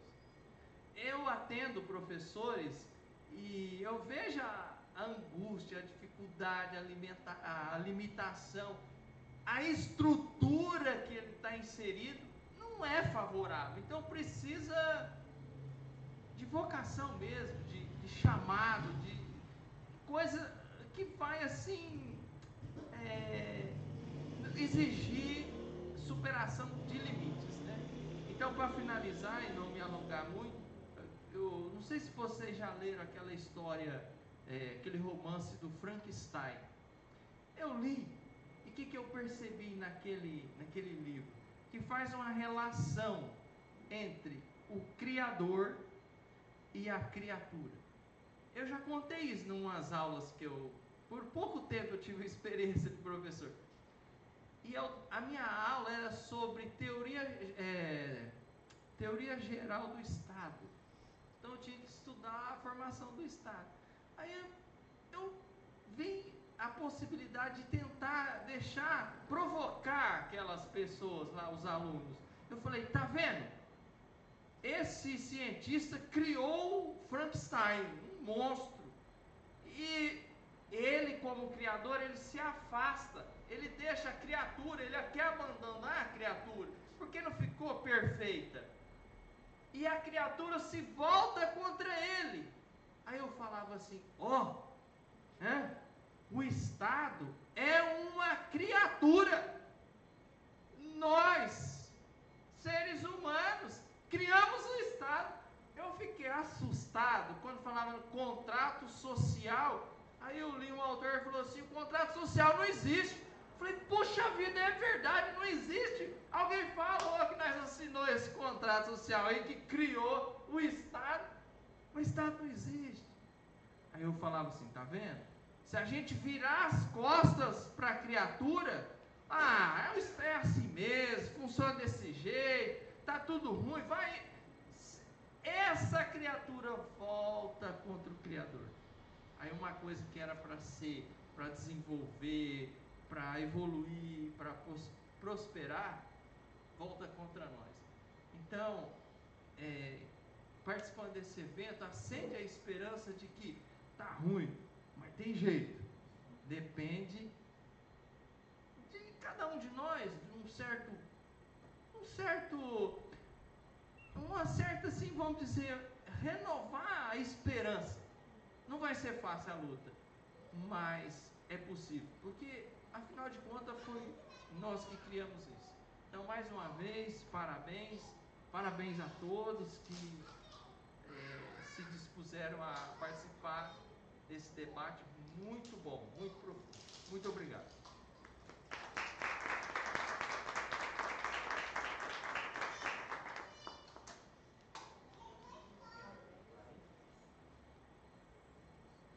Eu vou ali traduzir uma pergunta não, um apontamento da nossa diretora Stephanie Miranda, que ela fez uma colocação que eu achei muito interessante. Nós falamos aqui sobre a escola cívico-militar e ela se lembrou das ações do ProERD. Nós temos aqui entre nós, inclusive, o Leãozinho do ProERD, Fabiano de Jesus, né? E nesse aspecto, como que vocês avaliam esse paralelo, né? O ProERD, pesquisei ali agora, nesse ano faz 32 anos que ele existe nessa atuação aí em relação às drogas. E voltando na escola cívico-militar, aí é minha. Por exemplo, a gente vê eles falando com muito orgulho a respeito do fardamento. Ah, não, os alunos vão fardado para a escola. Hoje em dia nem o policial não anda fardado na rua, porque é alvo dos bandidos. Até que ponto essa atitude, por exemplo, esses dias nós fomos na Câmara, estava tendo alguma coisa lá da escola cívico-militar particular e os alunos estavam ali pelo Mercadão, tudo fardadinho mesmo, de policial mirim, sei lá como que falaria aquilo. E até que ponto essa situação é legal? Acho que amanhã o Fabiano podia falar sobre isso também. É legal desse ponto de vista, entendeu? Até mesmo em relação ao ECA, vinculado à segurança dessas crianças, porque elas também passam a ser alvos, né, como os policiais já são hoje. Era isso da minha parte.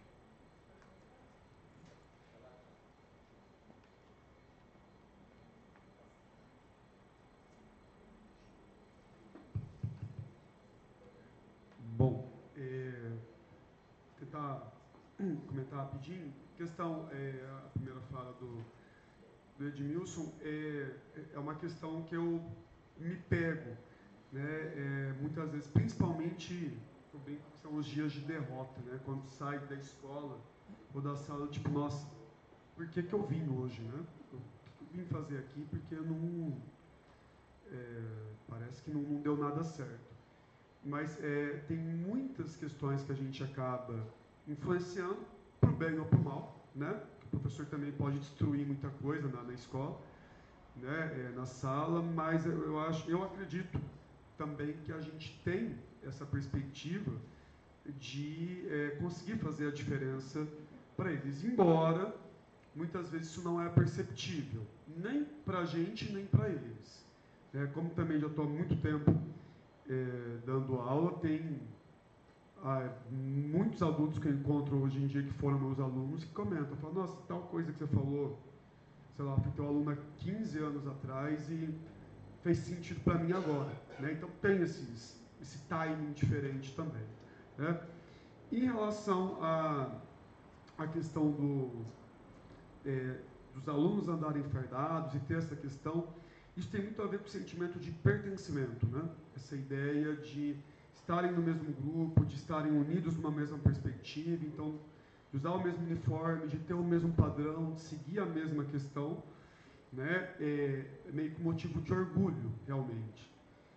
Do ponto de vista histórico, os exemplos disso são bem ruins, né? Dá para citar vários e vários e vários para onde que esse caminho vai. Então, realmente é uma questão que preocupa, porque é uma padronização dentro desse modelo de um orgulho, mas que é dentro da lógica do nós contra eles. Né? Isso é uma retórica muito forte dentro dessa perspectiva política. Né? O próprio Bolsonaro usou muito esse termo, e vários grupos ligados a ele têm essa questão. Então a gente precisa se fortalecer porque todo mundo está contra a gente.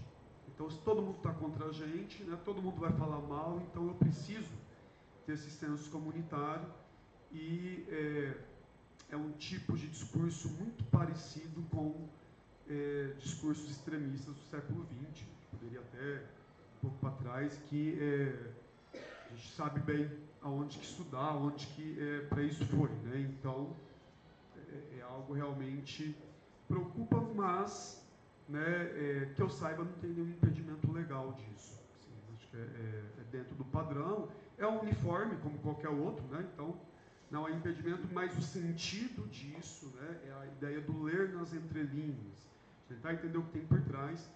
Aí realmente é um complicador bem grande, bem complexo.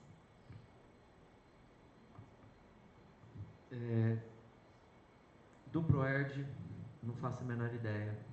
Eu só, na verdade, não conheço. Vi reportagem uns anos atrás, quando completou 30 anos, dizendo que tem pesquisa que diz que a eficácia é mínima, né? Não tem efeito, assim. Então, uma coisa que é uma política que a gente se pergunta por que está lá. Mas, assim, a única coisa que eu poderia dizer é que, assim, eu acho que mesmo nós na escola, frequentemente a gente tem um pouco a expectativa de que vai vir uma palestra, vamos trazer uma palestra sobre um tema, e que essa palestra vai ser mais eficaz do que a atuação do professor, né, que é cotidiana, assim. E eu, na verdade, sou sempre desconfiado com isso, porque acho que tem uma coisa de uma expectativa do milagre, assim, uma expectativa da conversão. Ele vai ouvir uma palestra e a palestra vai mudar o aluno. Mas, se eu que estou todo dia com ele não consigo mudar ele, não vai ser uma palestra que vai fazer isso. Eu acredito muito mais de que essa atuação cotidiana, constante, que é a educação, seja capaz de moldar, né, seja capaz de produzir efeito, do que essa fórmula um pouco milagrosa vá produzir efeito. Mas acho que não vejo também nenhum problema de que se tenha palestras, que se tenha informação. Eu só acho que ela não tem o mesmo papel, né, que a educação, assim.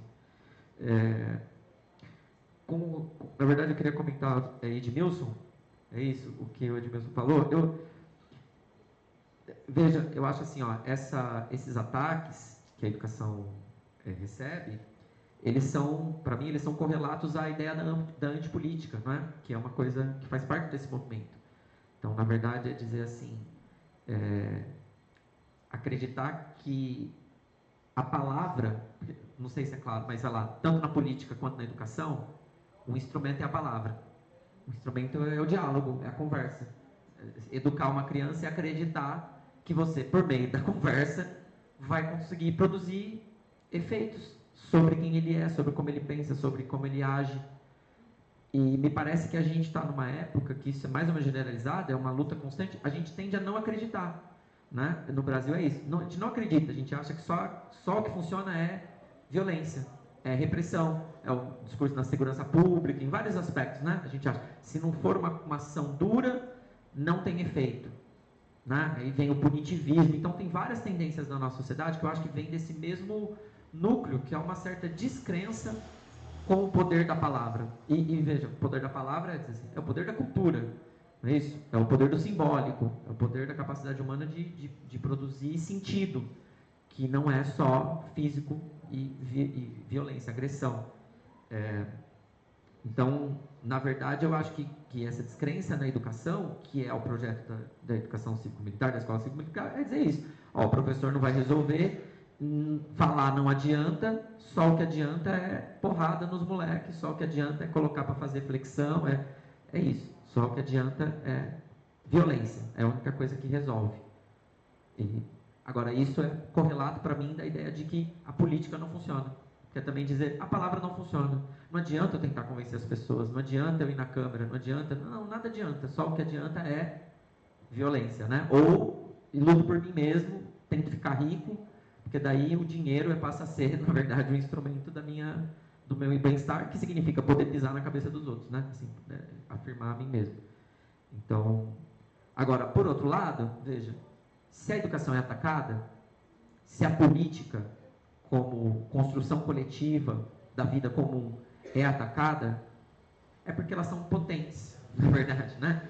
A quantidade de ataques que elas recebem é o reconhecimento da força que elas têm, porque se elas não incomodassem, se elas não tivessem possibilidade de transformação, elas não tinham por que ser atacadas, elas iam ser só ignoradas, né? Então, assim, por que se quer um modelo de escola cívico-militar? Ora, porque existe uma guerra cultural que vem desde o Olavo de Carvalho, blá, blá, blá, blá, que diz que precisa calar esse tipo de voz, precisa cortar esse tipo de possibilidade, né? Então, na verdade, eu acho que os ataques são uma prova da nossa potência, né? Da nossa força, assim, e não o contrário.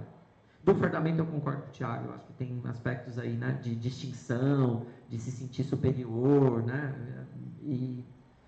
E a história desse tipo de pensamento é bem ruim aí, né? A gente precisa dizer nomes, mas é isso, porque no fim das contas é isso, é sentir que eu sou distinto do outro, isso me coloca numa posição melhor. Então, eles querem usar o uniforme, né? A galera que vai para a escola, eles querem, porque usar o uniforme para eles é uma situação de status, é uma distinção, é me sentir superior a quem não é daquela escola, porque isso me faz, né?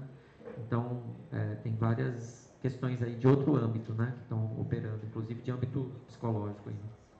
É isso.